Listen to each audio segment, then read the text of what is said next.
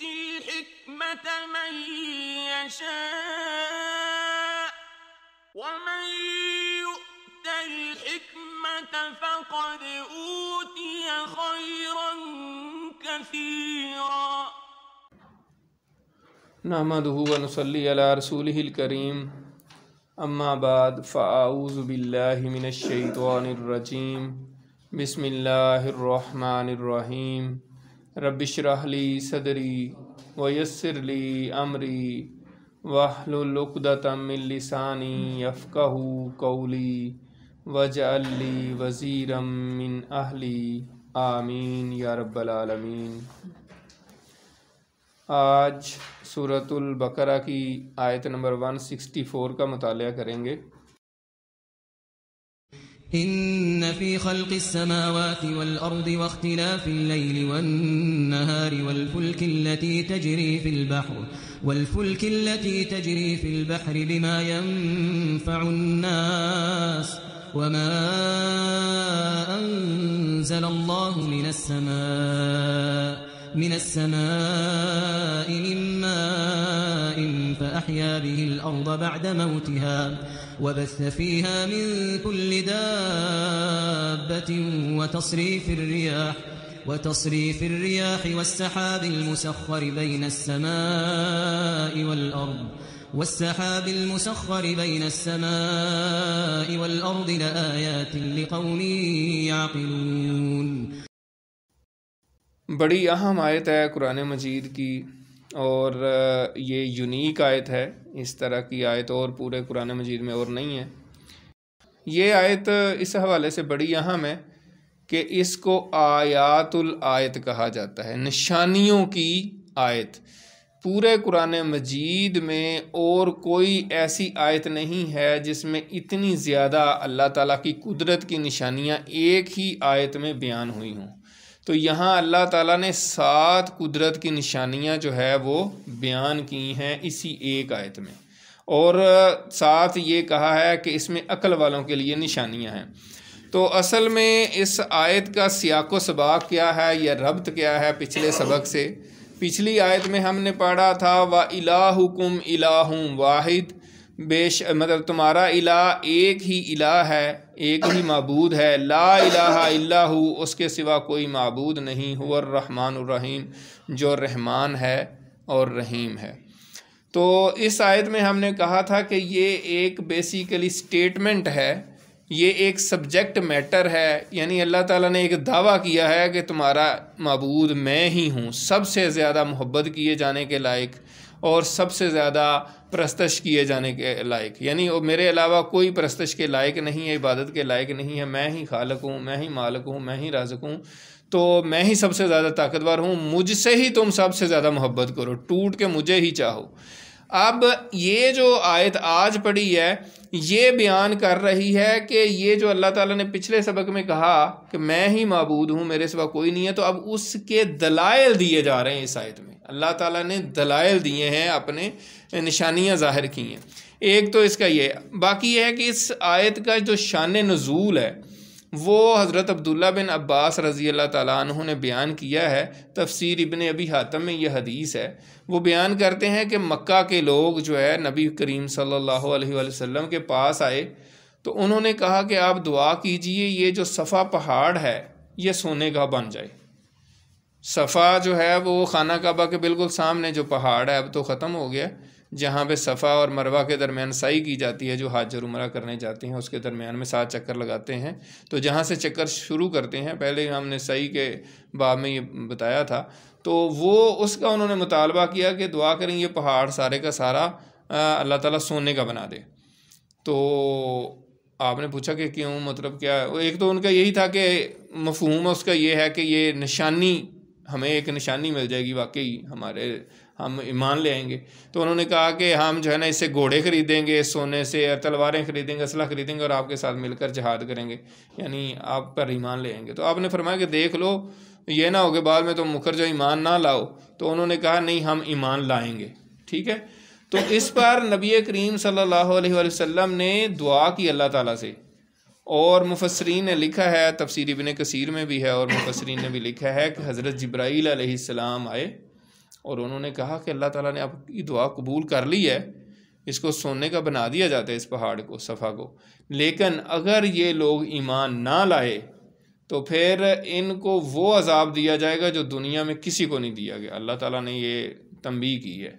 तो इस पर नबी करीम सल्लल्लाहु अलैहि वसल्लम ने कहा कि फिर रहने दें, फिर ना करें, मैं इनको दावत देता रहूँगा और हो सकता है कि ये ईमान ले आएँ और इनमें से कुछ लोग ईमान लें, उसका मफ़हूम है। तो इस वजह से जो बाज़ मुफस्सरीन ने इस हदीस के ऊपर जो उन्वान लगाया वो ये लगाया है कि उम्मत के गम ख़ार नबी, यानी आप सल्लल्लाहु अलैहि वसल्लम को अपनी उम्मत का एहसास था कि इनके ऊपर कहीं अज़ाब ही ना आ जाए, क्योंकि बाकी जो कौमों के अज़ाब थे वो कुरान मजीद में आ चुके थे, उनके वाक़यात जैसे हम पढ़ते हैं।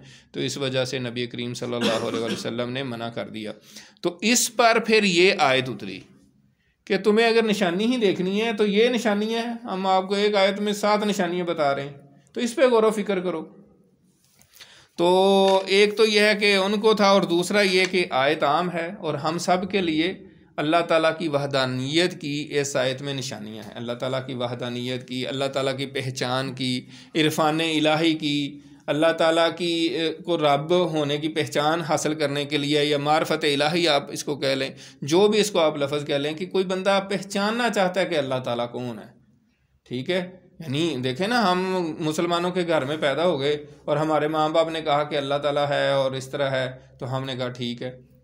तो अगर कोई बंदा मुसलमानों के घर में पैदा नहीं हुआ, आज के दौर में बड़े चैलेंजेस दरपेश हैं। आज के दौर में तो मुसलमानों के घर कई लोग जो पैदा हो रहे हैं वो भी कह रहे हैं कि हम रब को नहीं मानते, खुदा ना खास्ता, यानी ऐसे भी लोग हैं। तो अगर किसी को अगर फ़र्ज़ करें को मुसलमान नहीं है तो आप कैसे पहचान करवाएंगे कि अल्लाह ताला कौन है? तो अल्लाह ताला ने यहाँ अपनी 7 निशानियाँ बयान की हैं। तो इस वजह से मैं बता रहा था आपको कि ये वो आयत है कि पूरे कुरान मजीद में कोई आयत ऐसी नहीं है जिसमें एक ही आयत में अल्लाह ताला ने इस तरह फ़िज़िकल फिनोमेना जो हैं वो 7 बयान की हैं, कुदरत की निशानियाँ, जो अल्लाह ताला की कुदरत की दुनिया में जो हर इंसान देख रहा है, मुसलमान है, काफिर है, जो कोई भी है, वो सब हर बंदा देख रहा है। तो ऐसी निशानियाँ अल्लाह ताला ने बयान की हैं। तो सबसे पहली जो इसमें निशानी, 7 निशानी है, तो उसमें सबसे पहली जो है, पहली निशानी तो ऐसी है कि बाकी निशानियाँ इसके अंदर ही आ जाएंगी, क्योंकि अल्लाह ताला ने फरमाया इन्ना फ़ी खल्क़िस समावाति वल अर्द, कि पहली निशानी जो है वो है कि ज़मीन व आसमान की पैदाइश। तो आसमान व ज़मीन की पैदाइश होने के बाद बाकी तो हम उसके अंदर ही सारी चीज़ें समझते हैं ना, तो एक तरह से इसमें तो सब आ जाएंगे। लेकिन बहरहाल फिर भी इन्ना फ़ी खल्क़िस समावाति वल अर्द, बेशक आसमान व ज़मीन की तख्लीक में अक्ल वालों के लिए निशानियाँ हैं। तो इसमें क्या निशानियाँ हैं, हम सबको गौर व फिक्र करना चाहिए। और जब हम गौर व फिक्र करेंगे, सोचेंगे, तो फिर कुछ ना कुछ अल्लाह ताला ने अगर हमें अकल दी है तो हम उसका इस्तेमाल करेंगे, तो फिर किसी नतीजे पे हम पहुँचेंगे। हम कभी गौर ही नहीं करते।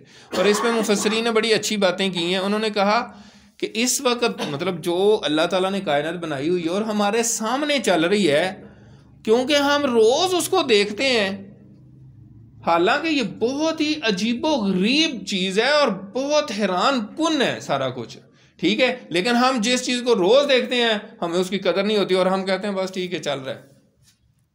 वरना ये कायनात जिस तरह चल रही है, जिस तरह बनी है और जिस तरह चल रही है, और इसके सारे निज़ाम जो हैं, ये हैरान कुन, मतलब समझ लें कि बहुत ही बड़ी हैरान कुन चीज़ है। अब इसकी मैं मिसाल आपको देता हूँ।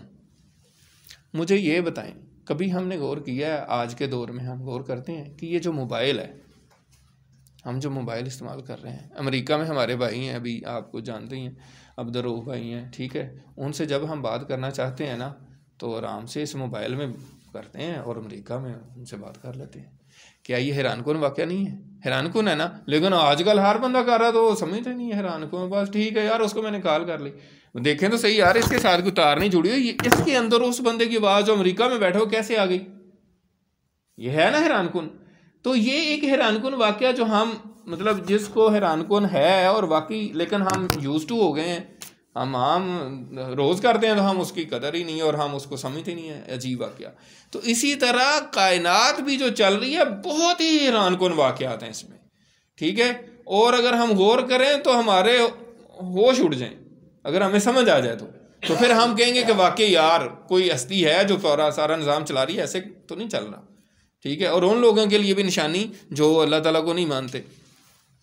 तो आप देखें मतलब आसमान की तख्लीक के बारे में अगर बात करें तो आम तौर पे जो इल्म तकवीनियात इसको कहा जाता है, कॉस्मोलॉजी टर्म है, यानी कि साइंस कॉस्मोलॉजी एक सब्जेक्ट है। इसी तरह एस्ट्रोनॉमी इल्म फ़ल्कियात, ये बेसिकली दो जो सब्जेक्ट हैं उसके अंदर ये चीज़ आएगी, आसमान की तख्लीक या आसमान के बारे में।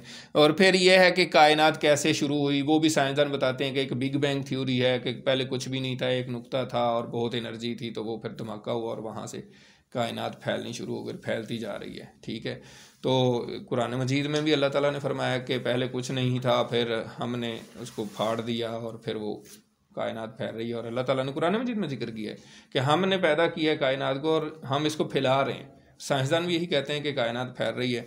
तो इसमें जिस तरह हमने पिछली दफ़ा थोड़ी सी बात की थी इस हवाले से कि इस वक्त जो कायनात है, जो इंसान को अभी तक पता चला है, उसमें अरबों गैलेक्सीज़ हैं, अरबों कहकशाएँ हैं। यानी जो अभी तक की तहकीक है उसमें 200 अरब से लेकर 300 अरब तक, यानी 200 अरब तक तो वो कन्फर्म है। 200 250, कुछ लोग 250 कहेंगे, कोई 300 भी कहेंगे, 200 से 300 के दरमियान में 200 अरब, चलें इतना कह लें, 200 अरब गैलेक्सीज़ हैं, कहकशाएँ हैं। और हर कहकशां में 200 से 200 अरब के करीब सितारे हैं, स्टार्स हैं।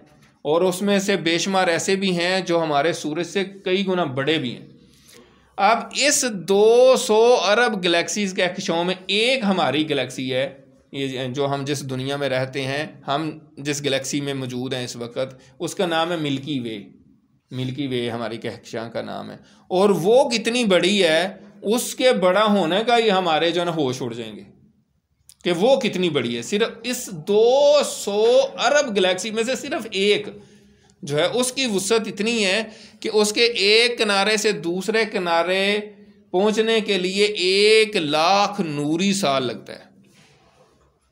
नूरी साल वो होता है जो लाइट जो है वो रोशनी जो है वो तय करती है 1 साल में, 1 लाख साल में। ठीक है ना, तो नूरी साल यानी नूरी साल, एक नूरी साल जो है लाइट जितने अरसे में तय करेगी ना 1 साल में, उसकी बात हो रही है। तो लाइट की स्पीड जो है, रोशनी की स्पीड जो है वो 3 लाख किलोमीटर फी सेकंड है। 3 lakh kilometre, 3 lakh kilometre 1 second में रोशनी तय कर लेती है। और इतनी स्पीड वाली चीज़ को 1 लाख साल लगेंगे तो फिर हमारी गैलेक्सी पार होगी। और उस तरह की कितनी गैलेक्सीज हैं? 200 अरब। और 200 अरब में हर गैलेक्सी में 200 अरब से ज़्यादा जो है ना वो स्टार्स हैं और इस तरह की चीज़ें हैं। तो ये आसमान है जो अभी तक हमें साइंसदानों को पता चला है। और मज़े की बात ये है कि ये सब मतलब सब अगर नहीं भी मानते हैं, लेकिन कुरान तो ये कहता है ना कि 7 आसमान है। और मज़ाहब भी, यानी जो इल्हामी मज़ाहब हैं, कम से कम वो तो मानते हैं कि 7 आसमान है। तो इसकी मुख्तलिफ तौजीहात की जाती हैं कि नहीं जी वो फ़लाँ सफ़ियर है और फ़लाँ सफ़ियर है तो बस वो ऐसे ही इस फ़ज़ा में ही ऐसे वो जो है ना आसमान है, बस ऐसे है। तो ऐसा नहीं है। कुरान मजीद तो क्लियरली फरमाता है, अल्लाह ताला ने फरमाया वलक़द ज़य्यना अस्समा दुनिया भी मसाबिहा, हमने दुनिया के आसमान को चिरागों से रोशन कर दी है। तो ये जितनी भी गैलेक्सी, कहकशाओं, सितारों, सूरज, चाँद, ये सब की जो बात है ये किसमें? आसमान दुनिया में। कुरान तो ये कह रहा है, बाकी आसमान उससे ऊपर हैं। और ये जो कहा जाता है कि बस ये ऐसे ही है, कोई सॉलिड चीज़ नहीं है, तो ऐसी भी बात नहीं है। अहादीस में आता है, मेराज शरीफ की जो हदीस है, जब नबी करीम सल्लल्लाहु अलैहि वसल्लम मेराज शरीफ पे गए थे तो आप हर आसमान पे, जिब्राईल अलैहिस्सलाम हर आसमान पे पहुंच के दरवाज़ा खटखटाते थे और आगे से वो पूछते थे फरिश्ते कि कौन है। वो कहते थे मैं जिब्रील हूँ। कहते आपके साथ कौन है? उनके मोहम्मद सल्लल्लाहु अलैहि वसल्लम। फिर पूछते थे कि क्या उनको इजाज़त दी गई है? उनके हाँ इजाज़त दी गई है। फिर वो दरवाज़ा खोलते थे हर आसमान पे। तो आसमान ऐसे नहीं है कि बस वो नज़र का धोखा है जी, ऐसे है वैसे, ऐसा नहीं है। और दूसरी बात कुरान मजीद में भी आता है कि क़यामत के दिन जो है ना आसमान दरवाजे दरवाजे हो जाएगा। इसका मतलब है कि ऐसी चीज़ें, और मुख्तलिफ मुफस्सिरीन ने ऐसा कहा भी है कि मुख्तलिफ जिन्स के आसमान है, यानी उसकी तफसील में नहीं फ़िलहाल हम जाते। तो आसमान की, और एक और भी हदीस है जिसमें है कि हर आसमान, एक आसमान से दूसरे आसमान का जो दरमियानी फासला है वो 500 साल है। ये भी सही हदीस है। ठीक है, तो ये आसमान है। और आसमान हम किसको कहते हैं? हमारे ज़मीन से ऊपर जो कुछ भी हम उसको आसमान कहते हैं, उसमें सूरज भी है, चाँद भी है, सितारे भी हैं, यक्षाएँ भी हैं, सारा कुछ है। फिर ये हमारी फ़ज़ा है, ठीक है, जिसको एटमॉस्फेयर हम कहते हैं, जिसमें मुख्तलिफ अल्लाह ताला ने गैसेस रखी हैं, ऑक्सीजन है, नाइट्रोजन है, और उसकी फिर एक ख़ास तरतीब और मुनासबत रखी है कि 21% जो है ना वो ऑक्सीजन है और 78 पॉइंट समथिंग जो है ना वो नाइट्रोजन है और बाकी ट्रेसेस में गैसें हैं। तो ये सारा निज़ाम जो है ये अल्लाह ताला ने बनाया। ये सिर्फ आसमान की हम बात कर रहे थे, ठीक है। तो अब एक बात जो एक दलील है या एक निशानी है, उसका एक बात हमने एक पार्ट किया, दूसरा पार्ट जो है ना वो ज़मीन है। तो इन्ना फ़ी खल्क़िस समावाति वल अर्द, कि बेशक आसमानों ज़मीन की तख्लीक में अक्ल वालों के लिए निशानियाँ हैं। तो ये देखें कि कैसी निशानियाँ अल्लाह ताला ने इंसान के लिए रखी हैं। अब ज़मीन में देखें तो इतनी ज़्यादा, हमने कहा पहले भी बात हुई थी कि 2 लाख से ज़्यादा या इससे भी ज़्यादा जो है ना मखलूक़ात हैं जो रह रही हैं, उस जिसमें एक मखलूक जो है ना इंसान है, जो कि इस वक्त 8 अरब के करीब हैं, और बाकी जो मखलूक़ात हैं, कहते हैं इस ज़मीन पे इतनी चींटियाँ हैं, अगर वो निकल आएँ बाहर तो आप हैरान हो जाएं, ठीक है। मतलब किसी एक मखलूक का भी नाम ले तो वो इतनी ज़्यादा मौजूद है। लेकिन हम अगर गौर व फिक्र करेंगे तो हमें अल्लाह की निशानियाँ नज़र आएंगी, ठीक है। अगर गौर व फिक्र नहीं करेंगे तो फिर नहीं है। अब अल्लाह ताला ने इसी ज़मीन में मतलब जो मट्टी है, अल्लाह ताला ने मट्टी में ऐसी खसीयत रखी, इसी में देखें आप बीज बोते हैं तो वो फसलें भी निकल आती हैं, फिर सब्जियां भी, फल भी, सारा कुछ। अगर ये अल्लाह ताला किसी मेटल की बना देता या किसी और चीज़ की बना देता तो कुछ भी नहीं होना था। तो ये अल्लाह ताला की निशानी है, अल्लाह ताला ने ऐसी चीज़ आपके लिए बनाई, और इसी से आप ख़जाने भी निकालते हैं, सोना, चांदी, लोहा, तांबा, मतलब जो भी, और हर तरह की चीज़ जो है ना इंसान इसी में से निकाल के अपने काम किए जा रहा है। हैरान कौन नहीं है ये बात कि इंसान को जो चाहिए इसको खोता है तो इसके अंदर से कुछ ना कुछ निकाल लेता है। तो ये बड़ी हैरान कौन चीज़ है। फिर ये है कि ज़मीन इस वक्त जो घूम रही है, और वो सारा वो फिर आगे अगली जो पॉइंट है उसमें आएगा वख्तिलाफ़िल लैली वन नहार, और रात और दिन के आने जाने में भी निशानी है अकल वालों के लिए। अब ठीक है, पुराने मुफस्सरीन ने अपने हिसाब से चीज़ें बयान की, लेकिन आज का इंसान जो है वो कहेगा कि ये तो ठीक है, हमें भी पता है दिन आता है और रात चली जाती है, और ये है तो किस तरह हो रहा है दिन रात। तो आज के इंसान के लिए जो एक तरह से साइंस का दौर है, तो हम समझते हैं कि ज़मीन जो है वो बेसिकली सूरज के गिर्द घूम रही है, ठीक है। ये तो साबित हो चुका है, साइंसदानों ने साबित किया है। और फिर ये अपने एक्सेस के गिर्द भी घूम रही है, यानी अगर ये दरमियान में सूरज हो और ये फ़र्ज़ करें ज़मीन है, ठीक है, तो ये ऐसे लट्टू की तरह भी घूम रही है, और फिर ऐसे सूरज के गिर्द यूं भी चक्कर लगा रही है, ठीक है। तो जो ऐसे ऐसे घूम रही है, इससे दिन रात बन रहा है। जैसे समझ लें वो सूरज है, अगर यहाँ सूरज नहीं है तो उसको समझ लें, यानी जो सूरज के सामने साइड होती है वो दिन होता है और जो दूसरी साइड पे होती है वो रात होती है, ये हम आम समझते हैं। और फिर ये है कि जो पूरा चक्कर लगा के आती है वो पूरा साल हो जाता है। तो ये जो चीज़ है इतना तो आम हम समझते, लेकिन थोड़ा सा इसमें एक कदम आगे जाके हम गौर करें अगर, ठीक है। वही बात है कि हमें जो चीज़ें मिल रही हैं उस पर हम गौर नहीं करते, हम कहते हैं बस ठीक है चल रहा है, सही है। लेकिन इसको अगर गौर व फिक्र करें हम, तो ये अल्लाह ताला ने जो इसकी स्पीड रखी है, ठीक है ना। पहली बात तो ये है कि जो इसकी स्पीड अपने एक्सेस के गिर्द है, ठीक है, वो ही इतनी ज़्यादा है कि वो एक हवाई जहाज़ से भी ज़्यादा स्पीड है। वो 1600 किलोमीटर के करीब है, 1670 किलोमीटर फ़ी घंटा की स्पीड से ज़मीन अपने एक्सेस के गिर्द घूम रही है, और सूरज के गिर्द जो घूम रही है वो तकरीबन 1 लाख किलोमीटर फ़ी घंटा की स्पीड से घूम रही है, ठीक है। तो अब रात और दिन की हम बात करने लगे थे कि ज़मीन जब अपने एक्सेस के गिर्द घूमती है तो रात और दिन पैदा होता है। अब इस फिक्स स्पीड के साथ जो है ना ये 24 घंटे का दिन है, ठीक है। अगर ज़रा सी स्पीड को आप डिस्टर्ब कर दें तो सब कुछ तबाह हो जाए। मैं इस पर रिसर्च की तो मैंने कहा चलें इसका हम अंदाज़ा लगाते हैं कि अगर ज़मीन की स्पीड डबल हो जाए फ़र्ज़ करें तो फिर क्या होगा। मेरे ख्याल में था कि सिर्फ ये होगा कि बस ना वो दिन जो है ना आपका 12 घंटे का हो जाएगा, यानी 12 घंटे बाद आपकी तारीख बदल जाया करेगी। ज़ाहिर है ज़मीन अपना चक्कर मतलब डबल तेज़ी से करेगी तो ज़ाहिर है जल्दी कर लेगी। तो मैंने कहा हाँ इस तरह ही होगा, 6 घंटे का दिन हो जाएगा, 6 घंटे की रात हो जाएगी, तो 12 घंटे का पूरा दिन जिसको हम 24 घंटे का दिन कहते हैं वो हो जाएगा स्पीड डबल करने से। तो उस पर जब मैंने गौर व फिक्र किया और रिसर्च की ना, उसमें मुख्तलिफ़ चीज़ें देखी, तो उसमें फिर क्या क्या असरात मुरतब होंगे, ठीक है ना। जब स्पीड डबल होगी तो क्या होगा, ज़मीन की जो वो है सेंट्रीफ्यूगल फोर्स जिसको हम कहते हैं, जो अपने महवर के गिर्द घूमने से फोर्स पैदा होती है, उस वजह से ज़मीन अंदर से फूल जाएगी, ठीक है ना। ये जो सेंट्रीफ्यूजेस होती हैं वो भी यही काम करती हैं ना, वो ज़्यादा घुमाते हैं, तो जब बहुत ज़्यादा स्पीड से यानी डबल स्पीड से घूमेंगे तो ज़मीन अंदर से फूलना शुरू हो जाएगी। उससे क्या होगा कि टेक्टोनिक जो प्लेट्स हैं ज़मीन के अंदर, जिनकी वजह से ज़लज़ले आते हैं, वो सारी डिस्टर्ब हो जाएंगी, ज़मीन पर ज़लज़ले आने शुरू हो जाएंगे।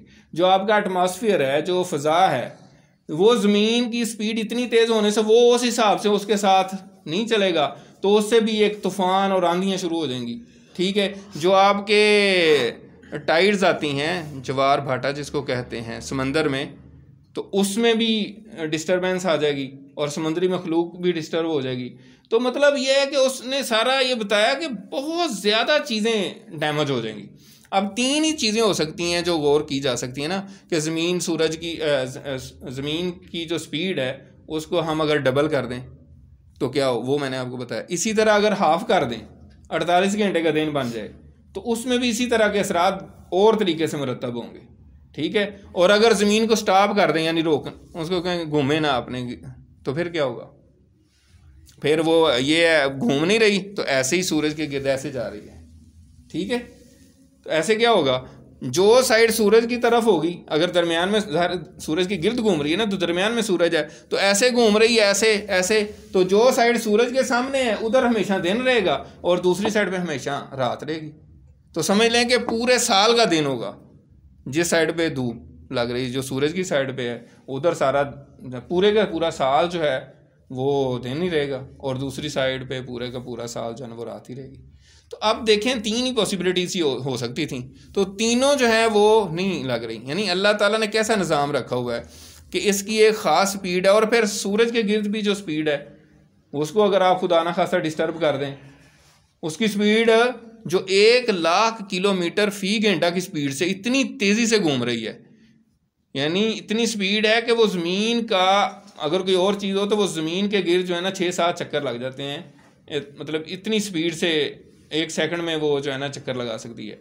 तो ये जो स्पीड है, इसको अगर थोड़ा सा आप स्लो कर देंगे ना, तो आपका साल पता नहीं, उसी तरह देख लेना, अगर स्पीड हाफ कर देंगे तो साल जो है ना 365 दिन के बजाय वो 750 दिन का हो जाएगा। क्या ख्याल है? तो इस तरीके से यानी जो भी चीज़ है अल्लाह ताला ने कायनात में रखी हुई है वो बड़ी ही प्रिसाइज्ड कैलकुलेशंस के साथ है। यानी असल बात समझने की गौर व फिक्र की है कि अल्लाह ताला ने ये सारी चीज़ें जो पैदा की हैं उनकी बड़ी ही कैलकुलेशन के साथ, और बड़ी हर चीज़ अपनी जगह पे कायम और दायम है, तो उस वजह से सारा निज़ाम चल रहा है। इसी हवाले से एक वाक़या भी जो है ना वो मैंने जब पढ़ रहा था तो सामने आया, बड़ा ईमान अफरोज़ वाक़या है, इस सारी बात की वजाहत भी करता है और ईमान को भी ताज़ा करता है। ये 1909 का वाक़या है।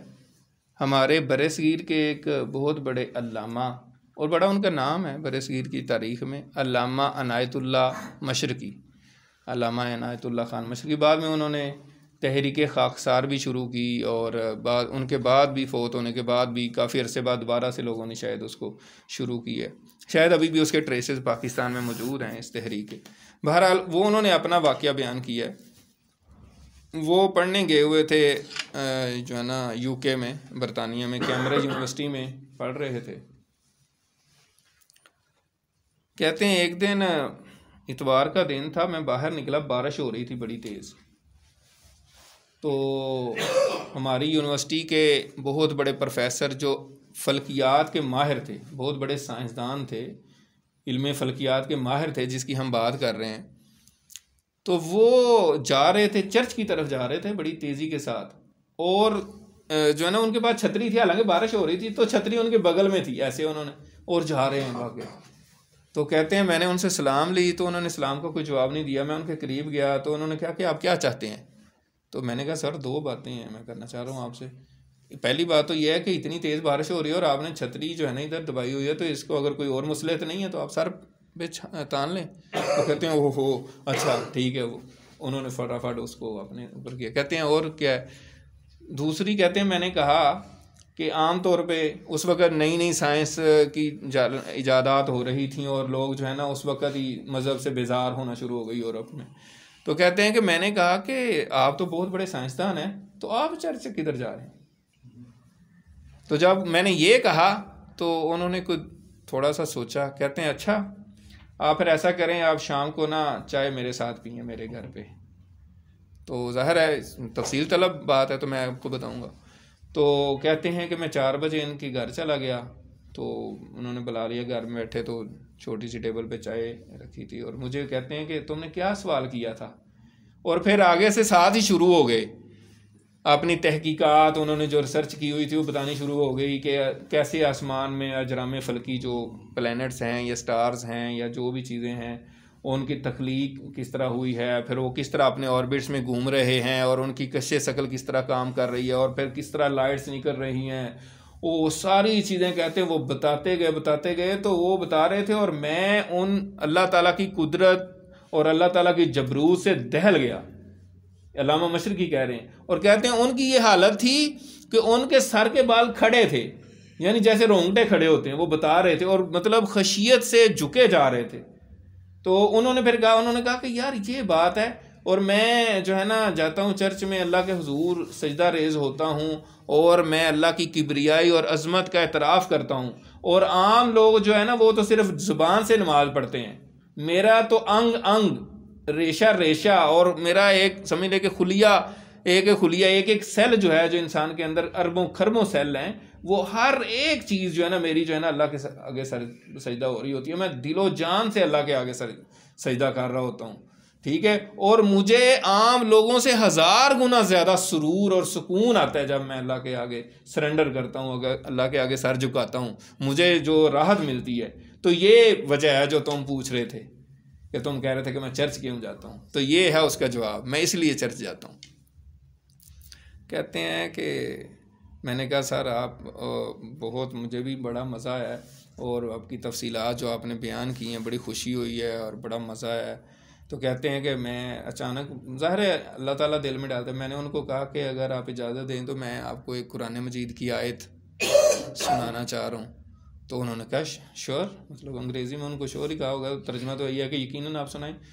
तो कहते हैं मैंने उनको बताया कि अल्लाह ताला कुरान मजीद में फ़रमाता है कि हम आसमान से पानी बरसाते हैं और उससे मुख्तलिफ़ किस्म के फल निकालते हैं, फिर मुख्तलिफ़ किस्म के हम पहाड़ हैं जिसमें मुख्तलिफ़ किस्म की घाटियाँ हैं, सफ़ेद हैं, स्याह हैं, फिर हम इंसानों को पैदा कर, इंसानों जानवरों को भी मुख्तलिफ़ रंगों के पैदा करते हैं। इसका सारा मफ़हूम जो है, तो कहते हैं कि आखिर में उस आयत के आखिर में था कि बेशक अल्लाह ताला से उसके बंदों में से अहले इल्म ही डरते हैं, इल्म वाले ही अल्लाह ताला से सही तरह डरते हैं, इल्म वाले। तो जिसके पास इल्म होता है, जो जान लेता है, वो डरता है अल्लाह ताला से सही। जिसको इल्म ही नहीं है, उसको समझ ही नहीं है, उसने क्या डरना है। तो इल्म से मुराद यही नहीं है, वो अगेन वही बात है कि जो अल्लाह, जो जेन्युइन जिसके पास इल्म है, खा वो साइंस का इल्म है, कुछ भी इल्म है, जैसे इनके पास था प्रोफेसर, इनका नाम था प्रोफेसर जेम्स जीन्स। तो कहते हैं कि मैंने जब उनको ये बात कही तो कहते हैं क्या क्या कहा, वेरी स्ट्रेंज, ये कहा है कि इल्म वाले ही अल्लाह ताला से डरते हैं, वाकई यही कहा है, कुरान मजीद की आयत है। तो मैंने कहा हाँ हाँ। कहते हैं ये लिखा हुआ है यार, ये 1300 साल पहले हज़रत मोहम्मद सल्लल्लाहु अलैहि वसल्लम के ऊपर ये आयत नाज़िल हुई कि इल्म वाले ही अल्लाह ताला से डरते हैं। कहते हैं ये वाकई, फिर मोहम्मद सल्लल्लाहु अलैहि वसल्लम को और कैसे पता चल, ये अल्लाह ताला ने बताया होगा। कहते हैं मैंने 50 साल रिसर्च करके इस नतीजे पे पहुंचा हूँ। मैं अब इस अंडरस्टैंडिंग जो मेरी है ना, ये 50 साल की रिसर्च के बाद मैं इस नतीजे पे पहुंचा, और अब मैं अल्लाह ताला के आगे झुक रहा हूँ कि या अल्लाह तू ही है बस। तो मोहम्मद सल्लल्लाहु अलैहि वसल्लम ने अगर 1300 साल पहले गया उस वक्त, यानी 1909 का वाक़या, तो फिर तो ये लाजमी तौर पे इल्हामी किताब है, मेरी गवाही लिख लो कि ये इल्हामी किताब है, ये उन्होंने कहा। तो बहरहाल कहने का मकसद है कि जिन्होंने पहुँचना होता है, ये सूरह फातर की आयत नंबर 28 और 29 हैं, जिन्होंने अल्लाह ताला तक पहुँचना होता है वो इस तरीके से पहुँच जाते हैं, और जिन्होंने नहीं मानना तो उनको आप जितने मर्जी साइंटिफिक दलाइल भी दें, वो कहते हैं नहीं नहीं ये तो खुद ही हो रहा है। तो इसका क्या जवाब हो सकता है। यानी इसकी मिसाल ये है कि कोई भी काम है, ठीक है, वो सारे इंसान मिल के अगर करना चाहें तो वो नहीं अगर होता और आप कहें कि ये खुद ब खुद हो रहा है, तो ये तो इलॉजिकल है ना। मतलब आप अगर सिर्फ अकली दलील को ही माने तो ये अकली दलील नहीं है कि आपको कहा जाए यार सारे के सारे जो इतने बैठे हैं पूरे 8 अरब इंसान चलो मिल लो, ठीक है, एक अंडा बना लो या कोई और चीज़, किसी भी चीज़ की मिसाल ले लें, या उसमें से आप जो है ना वो बच्चा निकाल दो, कुछ भी आप कर लो, तो इंसान तो नहीं कर सकते। इसी में आ रहा था ना ये जो ज़मीन की गर्दश और रात दिन की बात है, तो कुरान मजीद में आता है कि अगर अल्लाह ताला ने दिन और रात बनाए, इसमें निशानी है। अगर अल्लाह ताला चाहे कि तुम्हारा दिन ही रहने दे तो फिर कौन है जो रात ला सके? ला सकता कोई माइकल हाल? नहीं ला सकता। सारे अमेरिका, रशिया, चाइना, सारे इनकी साइंस और सारे फौजें मिल के कुछ करें कि यार कुछ करते हैं यार, रात है तो दिन ले आए, नहीं ला सकते, हिला भी नहीं सकते कोई चीज़, ठीक है ना। तो ये निशानियां हैं असल में अल्लाह ताला की। तो यही चीज़ जो है ना आगे फिर अल्लाह ताला ने जो फरमाई है, अगली जो निशानी है वो है वलफुल किल्लती तजरी फिल बहर, और जो कश्तियाँ समंदरों में चलती हैं बिमा यनफ़ा उन्नास, जिनसे लोगों को नफ़ा होता है, यानी वो ऐसी चीज़ों को लेकर चलती हैं। अब असल में बात आगे बढ़ाने से पहले जो बात करने वाली है वो ये है कि ये सारी निशानियों की बात हो रही थी, और मैंने कहा था कि जिसने नहीं मानना वो नहीं मानेगा, और जिसको जो सच्चाई के साथ, दिल की लगन के साथ और मोहब्बत के साथ अल्लाह की तलाश करेगा, अल्लाह ताला को पहचानने की कोशिश करेगा, अल्लाह ताला की मार्फत हासिल करने की कोशिश करेगा कि मुझे पता चल जाए बाकी अल्लाह ताला और मुझे फ़ील हो, तो अल्लाह ताला उसको मिल जाएगा। तो इस पे सुल्तान बाहू रहमतुल्लाह अलैह का जो है ना ये 2 अशार हैं, 2-3, वो बड़े ज़बरदस्त हैं, एक ज़माने में मैंने पढ़े भी थे। फरमाते हैं जे रब मिलदा नातियां तोतियां ते मिलदा डडुआं मच्छियां हो, यानी अल्लाह ताला को कोई पाना चाहता है ना, अगर वो चाहता है कि अल्लाह ताला मुझे मिल जाए, मुझे पता चल जाए कि अल्लाह ताला है अल्लाह की ज़ात, तो यकीन करें मौलवी होना इसके लिए कोई शर्त नहीं है। यह मैं बिल्कुल सच्चे दिल से कह रहा हूँ। ये अभी आपको वाक़या सुनाया ना, वो एक आम आदमी था, साइंसदान था, वो कोई पादरी नहीं था, ठीक है, उस वक्त ज़ाहिर है वहाँ तो ईसाइयत थी ना, और वो देखें सच्चे दिल से उसने तस्लीम की चीज़ें, तो उसको सारा कुछ हो रहा था। तो रब पाने के लिए सिर्फ इखलास ज़रूरी है, सच्चाई ज़रूरी है। कल ही मैं एक अल्लाह ताला के बंदे से बात कर रहा था, यूँ कह लें कि एक सूफ़ी से बात कर रहा था, तो उन्होंने भी यही बात की। उन्होंने कहा कि रब जो है उन लोगों को मिलता है जो सच्चाई को इख्तियार करते हैं, झूठे शख्स को कभी रब नहीं मिल सकता। यानी कि जो बंदा झूठ बोलता है और कहे कि मुझे रब मिल जाए, तो ऐसा नहीं हो सकता, ऐसा पॉसिबल ही नहीं है। सच्चे बंदे को रब मिलेगा, खा उसके अंदर और खामियां हों, गलतियां हों, कोई मसला नहीं, लेकिन वो फेयर हो, झूठ ना बोले, अपने साथ भी ना किसी के साथ, उसको रब मिलेगा। और जो बंदा झूठा है वो नहीं, और है कुरान मजीद में भी ऐसे ही है, लानतुल्लाहि अलल काज़िबीन, लानत होती है अल्लाह की रहमत से दूरी, अल्लाह ताला उनको कहते हैं साइड से कर यार, झूठा बंदा है, ठीक है ना। तो झूठे बंदे को अल्लाह ताला नहीं मिलेगा।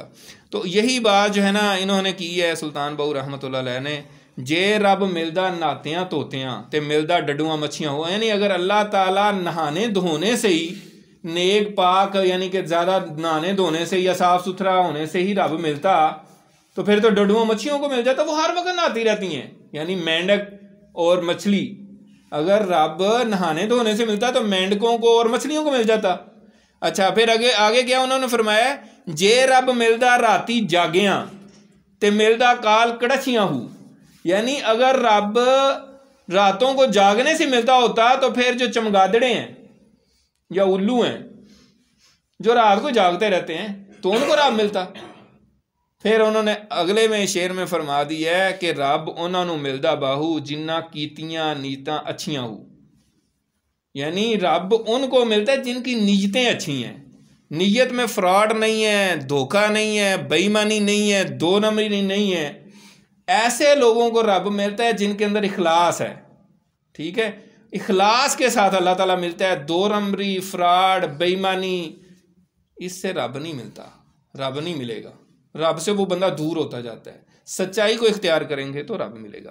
तो ये बात आगे हमारी चल रही है कि कश्तियों और बहरी जहाज़ों में भी निशानी है। अल्लाह ताला ने फरमाया है वल फुल किल्लती तजरी फिल बहरी, और वो कश्तियाँ, जहाज़, स्टीमर, बहरी जहाज़ जो भी आज के दौर में समंदरों में चलती हैं, चीज़ें जो समंदरों में चलती हैं, बिमा यनफ़उ नासा, जिससे लोगों को नफ़ा पहुँचता है, उसमें भी अक्ल वालों के लिए निशानियां हैं कि वो अल्लाह ताला को पहचाने कि अल्लाह ताला है, इस कायनात को कोई चलाने वाला, कोई बनाने वाला है, वाकई वही मबूद बर हकीकी है।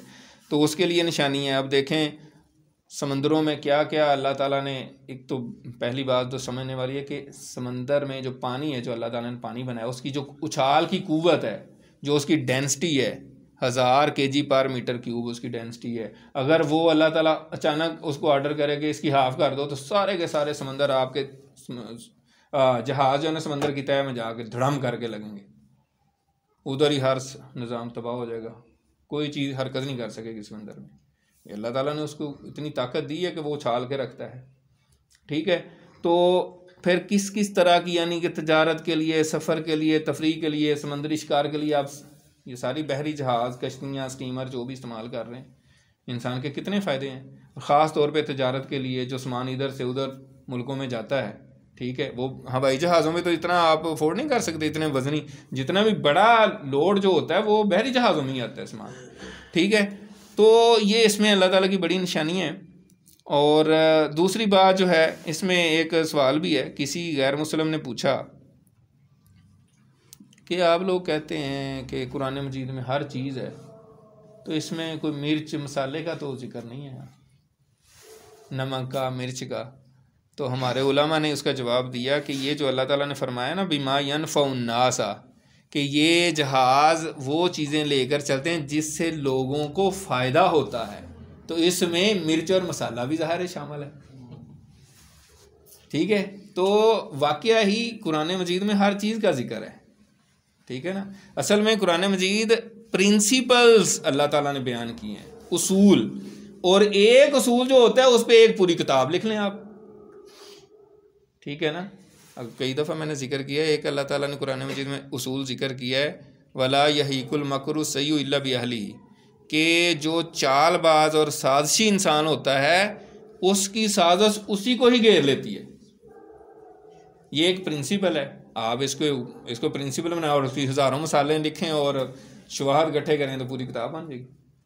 ऐसे ही है ना, ये एक उसूल है कि साजिशी बंदा जो होगा, जो चालें चलता है दूसरों के खिलाफ, वो अपनी ही चाल के अंदर फंस जाएगा। अब दुनिया में अगर आपको नज़र नहीं आता तो दुनिया और आखिरत टोटल को मिला के पढ़ना चाहिए। जैसे कानूनदान कहते हैं ना, इस चीज़ को इस सिक्स से मिला के पढ़ें, तो कभी भी दीन के जो मामला होते हैं जो समझ ना आए ना, कभी मुझे भी बड़ा प्रॉब्लम होता था कि यार ये क्या है, तो दुनिया और आखिरत, क्योंकि इस्लाम परफेक्ट है ना, ये नहीं है कि सिर्फ दुनिया की बात है, आखिरत को भी साथ मिला के पढ़ना ना, वरना तो इंसाफ भी नहीं हो सकता। एक बंदे ने 100 कत्ल किए हैं तो उसको आप 100 दफ़ा तो नहीं कत्ल कर सकते, आप एक दफ़ा कत्ल करेंगे तो वो तो बस ख़त्म हो जाएगा, तो फिर इंसाफ कैसे होगा। तो ये आखिरत को मिला के करेंगे सारे मामला, तो फिर सारे समझ में आ जाएंगे। तो इसी तरह इसकी भी बात है। तो उन्होंने कहा कि भाई इसमें तो हर चीज़ शामिल है कुरान मजीद में। फिर अल्लाह ताला ने फरमाया है कि वमा अंज़लल्लाहु मिनस समाई मिन माइन फअहया बिहिल अर्द बअद मौतिहा, और उसमें भी निशानियां हैं जो अल्लाह ताला नाज़िल करता है आसमानों से, पानी में से, यानी बारिश। फअहया बिहिल अर्द बअद मौतिहा, बस उसको ज़िंदा कर देता है, यानी ज़मीन को ज़िंदा कर देता है उसकी मौत के बाद। तो मुर्दा ज़मीन पड़ी होती है, उसमें पौधों की और दरख्तों की डेड बॉडीज़ पड़ी होती हैं। हम पहले भी इस पर कई दफ़ा बात कर चुके हैं कि जो उनकी बीज पड़े होते हैं या उसकी बाकियात पड़ी होती हैं और ज़मीन बंजर और वीरान नज़र आ रही होती है, लेकिन जब अल्लाह ताला की बारिश होती है तो वो ज़िंदा होनी शुरू हो जाती है, और उससे फिर हमारे सब्ज़ा और फिर फल और दरख्त और चारा और सारा कुछ पैदा होता है। तो ये अल्लाह ताला की बहुत बड़ी निशानी है, और अगर अल्लाह ताला ये रोक ले तो फिर कौन है जो ये सारी चीज़ें करे। और यही अल्लाह ताला ने जो आगे फरमा दिया है कि जिस तरह बादल हैं और बारिश है, ये तो एक तरह से रिलेटेड चीज़ें हैं। तो बादल और बारिश का जो निज़ाम अल्लाह ताला ने बनाया कि किस तरह समंदरों से आबी बुखारात उड़ते हैं, वाटर वेपर इवेपोरेशन होती है, हाइट जब टेम्परेचर ज़्यादा होता है तो आबी बुखारात जो पानी जब गैस की फॉर्म में ऊपर चला जाता है और फिर वहाँ जाके कंडेंस होता है, ठंडी जब जगह पे पहुँचता है तो छोटे छोटे पानी के ड्रॉपलेट्स बन जाते हैं, वो फिर मिल के जो है ना वो बादल की शक्ल इख्तियार कर लेते हैं। और फिर वो जब जुड़ते जाते हैं, कंडेंस और होते हैं, तो जब उनका इतना वज़न हो जाता है इतना बड़ा कि वो जो हवा का उनको उठा के रखने का प्रेशर है या रेजिस्टेंस है या तो उसको ज़्यादा ओवरकम कर लेते हैं, वो फिर ज़मीन पे गिर पड़ते हैं। तो यूं फिर अगर उस वक्त हवा का टेम्परेचर जो है अगर वो फ्रीजिंग पॉइंट से ऊपर हो तो वो बारिश होती है, अगर फ्रीजिंग पॉइंट से भी नीचे हो मतलब -1 -2 होगा तो फिर आपकी ज़ालाबारी शुरू हो जाती है। तो ये किसने निज़ाम बनाया और ये पूरा सर्कल जो है चल रहा है इस तरीके से। और फिर ये जो यानी फ्रेश पूरे निज़ाम को पूरा जो सिस्टम है उसको फ्रेश करती है बारिश। आप देख लें, हम भी पिछले 2 माह से तरस रहे थे बारिश को, दुआएं कर रहे थे हमारे उलमा इकराम भी। तो बारिश ना हो तो निज़ाम ज़िंदगी मफलूज होकर रह जाता है। बेशक आप पानी आपके पास होता है लेकिन जो बाकी सिस्टम है वो बहुत ही ज़्यादा खुश्क साली का शिकार हो जाता है। तो ये सारी चीज़ें भी अल्लाह ताला की बहुत बड़ी निशानियां हैं और अल्लाह ताला की तरफ जो है ना वो ले जाने का ज़रिया हैं।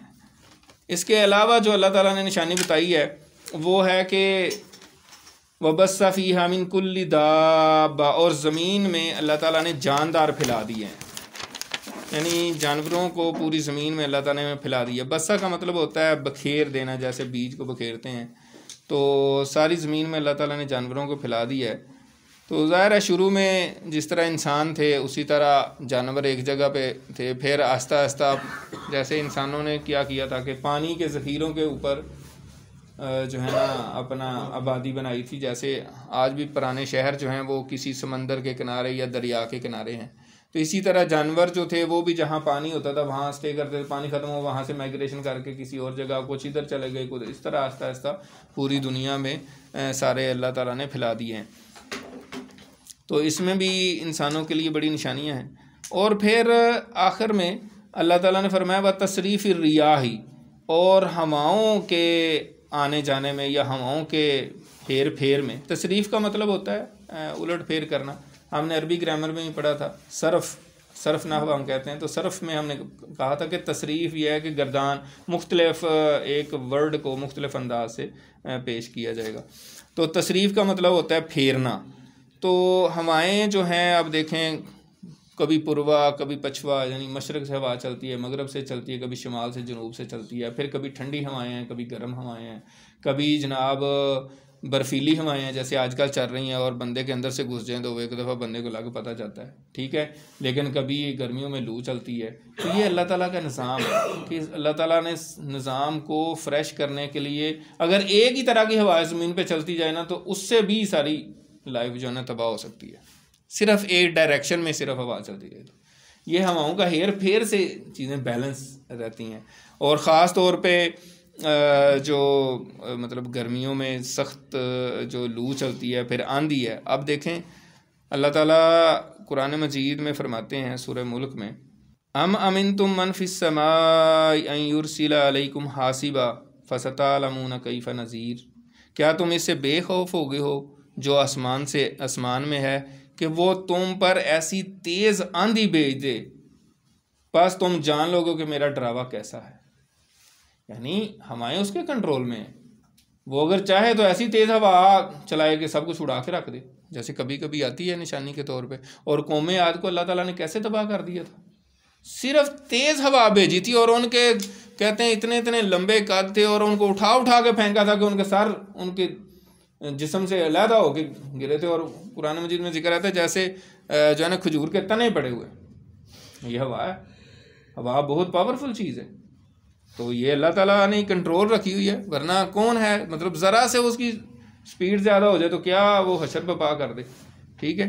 तो ये भी अल्लाह ताला ने निज़ाम रखा है कि सूरज की रोशनी जब ज़मीन पे पड़ती रहती है, वहाँ पे टेम्परेचर हाई होता है, वहाँ से वो गर्म होकर हवा उठती है, वो फिर उस इलाकों में जाती है जहाँ पे हवा का कम दबाव होता है, प्रेशर होता है, तो उधर चली जाती है, वहाँ से इधर को चलती है। एक तो ये रीज़न है। फिर ज़मीन की गर्दिश, जैसे मैंने बताया था कि रोटेशन से हवा हेर फेर होती है, उसकी भी बड़ी टाइप्स हैं। इसी तरह गर्मियों में मानसून हवाएं जो चलती हैं तो वो समंदर और खुश्की का टेम्परेचर डिफरेंस जो है उससे होती है। खुश्की का जो है ना वो टेम्परेचर ज़्यादा होता है गर्मियों में और समंदर का इतना नहीं होता, तो फिर ये है कि यहाँ से गर्म हवाएं उठ के उधर को जाती हैं और वहाँ से फिर इधर को आती हैं। तो इस तरह ये मानसून और फिर बारिशों का सिलसिला शुरू होता है। तो ये अल्लाह ताला की निशानियाँ हैं। और अल्लाह ताला कई दफ़ा तो डायरेक्ट भी अपनी निशानियाँ दिखा देता है। उसका वाक़या है जो बादलों की बात हो रही थी और बारिश की, किताब सदक़ात में ये वाक़या सही हदीस में आया कि एक शख्स था तो उसने देखा बादल जा रहे हैं, तो उसने आवाज़ सुनी कि यार फ़लाँ शख्स के खेत को सैराब करो। अब ये सही हदीस है। हमारा तो जो ईमानियात है ना, ईमान बिल गैब है। हर चीज़ अगर हमें कहा जाए पहले दलील लाओ और फिर साबित करो और फिर साइंटिफिकली प्रूव करो, तो ऐसा नहीं है हमारा दीन। तो उस शख्स ने कहा यार मैं बड़ी हैरान कुन बात है, कोई फरिश्ता होगा ज़ाहिर है आसमानों में बादलों में जिसने ये आवाज़ दी। तो फरिश्तों की ही ड्यूटी लगी है हर मतलब जैसे बादलों के भी फरिश्ते हैं। तो कहता है वो मैंने देखा कि वो बादल जो है ना एक तरफ गया एक चटियल मैदान की तरफ, वहाँ वो बरसा है और फिर उसमें से सारा पानी जो है ना वो एक नाली में बहना शुरू हो गया। तो वो शख्स उसके पीछे पीछे जाना शुरू हो गया। जाता गया तो आगे देखा कुछ दूर जाके कि एक बंदा है वो अपने खेत में खड़ा है, कुदाल पकड़ी हुई है, तो वो पानी लगा रहा है अपने खेत में, पानी जा रहा है और उसने अपने खेत को लगाना शुरू कर दिया। वो बंदा बड़ा हैरान हुआ कि यार ये क्या बात है। तो उससे उसने नाम पूछा, कहता है यार तुम्हारा नाम क्या है।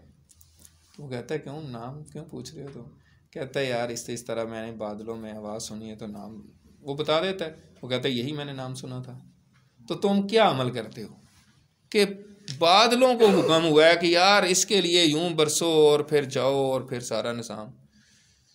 तो उसने कहा यार मैंने क्या अमल करना है, बस मैं ये करता हूँ कि इस खेत से जो मुझे फसल आती है मैं उसके 3 हिस्से करता हूँ, ठीक है। एक हिस्सा तो जो है ना वो इसी खेत में मैं लगा देता हूँ, ज़ाहिर है खेती बाड़ी के लिए आपने हल भी चलाना है, खाद भी देनी है और भी जो मामलात हैं। और फिर एक हिस्सा मैं अपनी औलाद घर वालों के लिए और एक हिस्सा मैं अल्लाह के लिए सदका कर देता हूँ। बस ये है मेरा। तो 1/3 जो है मैं अल्लाह ताला के लिए सदका कर देता हूँ, अल्लाह की रज़ा के लिए, अल्लाह के दीन मतलब उसके लिए। तो उसने कहा कि बिल्कुल ठीक है, यही वजह है। तो अल्लाह ताला ऐसी निशानियाँ भी दिखाता है। असल में निशानियाँ जो है ना अल्लाह ताला दिखाता रहता है और अल्लाह ताला की वहदानियत की निशानियाँ नज़र आती हैं। लेकिन जो बंदा थोड़ा सा सेंसिटिव होगा, जो वाक़यात उसके साथ होंगे या दाएं बाएं होंगे उस पर गौर करेगा, उसको बड़ी निशानियाँ आज भी नज़र आनी शुरू हो जाएंगी। और जो गौर नहीं करेगा उसको कख नहीं नज़र आएगा, वो कहेगा नहीं नहीं है मैं यार। तो आप पहले ना सोच लेते हैं इस तरह, आपको लगता है कि इस तरह है क्योंकि आपने सोच लिया, क्योंकि आप सोचते ही ऐसे हैं, तो वो इस तरह आपको दलीलें देगा। तो शैतान जो है ना उसको भी पहले भी उलमा बताते रहते हैं, ये वाक़या बड़ा मशहूर है। आपने उलमा से अक्सर हमारी मस्जिद में उस दिन हमारे इमाम साहब बता रहे थे कि शैतान जो है इमाम राजी के पास आया और दलील उसने कहा कि अल्लाह ताला के होने की दलील दो। तो उन्होंने एक दलील दी, फिर दूसरी दलील दी, यहाँ तक कि 360 दलीलें दी। तो उसने तीनों की 360 ही रद्द कर दी ना। तो फिर उनको अल्लाह ताला ने समझाया या किस तरह उनको पता चला, को बुज़ुर्ग आए नज़र या कशफ हुआ, जो भी हुआ बहरहाल उन्होंने कहा कि यार इसको कहो कि मैं अल्लाह को बगैर दलील के मानता हूँ, अल्लाह को ईमान बिल गैब है मेरा। तो फिर वो चला गया शैतान। तो ये असल बात है। इसी तरह नबी पाक सल्लल्लाहु अलैहि वसल्लम की हदीस है कि हर बच्चा फितरत पर पैदा होता है, यानी वहदानियत को मानने वाला पैदा होता है। फिर उसके वालिदैन ही उसको यहूदी या नसरानी या मजूसी बना देते हैं। यानी वो नेचुरली अगर होगा तो वो पहचान लेगा कि यार कोई कायनात का बादशाह है, कोई कायनात को चलाने वाला है, ऐसे नहीं ये चल रही, ठीक है। तो अब मसला ये है कि हम जो है हमारे लिए इसमें क्या सबक है, सारा जो आज हमने पढ़ा है। तो अल्लाह ताला तक पहुँचने के लिए और अल्लाह की पहचान के लिए, तो जिस तरह मैंने कहा खुलासे कलाम यही है कि हम अगर इखलास पैदा करें, सच्चाई पैदा करें और गौर व फिक्र करें तो इंशाअल्लाह ताला हमें अल्लाह ताला की बड़ी निशानियाँ नज़र आनी शुरू हो जाएंगी और हमें अल्लाह ताला तक पहुँचने में भी जो है ना कोई ज़्यादा दुश्वारी पेश नहीं आएगी। हम पहचान लेंगे वाकई, यानी एक होता है कि हम मुसलमानों के घर पैदा हो गए हैं और माँ बाप ने कहा कि अल्लाह है और अल्लाह का रसूल ने ये बताया है और इस तरह, एक है कि आपके दिल में ये क्लियर पता चल जाए आपको कि है, मैंने महसूस किया है, मैंने उसको कुछ कहा, उसने रिस्पॉन्स किया है, मेरे साथ वो ये काम कर रहा है, ये मेरा हो ही नहीं सकता था, उसी ने किया और कोई कर ही नहीं सकता था। मतलब आप फील करें कि है, आप दिल से माने, एक नहीं है एक सुनी सुनाई बात कह दिया किसी ने, अच्छा अब्बा जी ने कह दी तो फिर ठीक ही होना है, इसके ये नहीं, ऐसे नहीं, खुद से माने तो फिर जो है ना। और वही बात अगेन वही है कि जब आप सच्चे दिल से अल्लाह ताला को मानेंगे और सच्चाई का रास्ता इख्तियार कर लेंगे तो इंशाअल्लाह ताला रब की पहचान कोई मुश्किल नहीं है। अल्लाह ताला से दुआ है कि अल्लाह ताला हमें अमल की तौफीक अता फरमाए और गौर व फिक्र की तौफीक अता फरमाए। व आखिरु दावाना अनिल हम्दुलिल्लाहि रब्बिल आलमीन। सुब्हानकल्लाहुम्मा व बिहम्दिका नशहदु अल्ला इलाहा इल्ला अंता नस्तगफिरुका व नतूबु इलैक।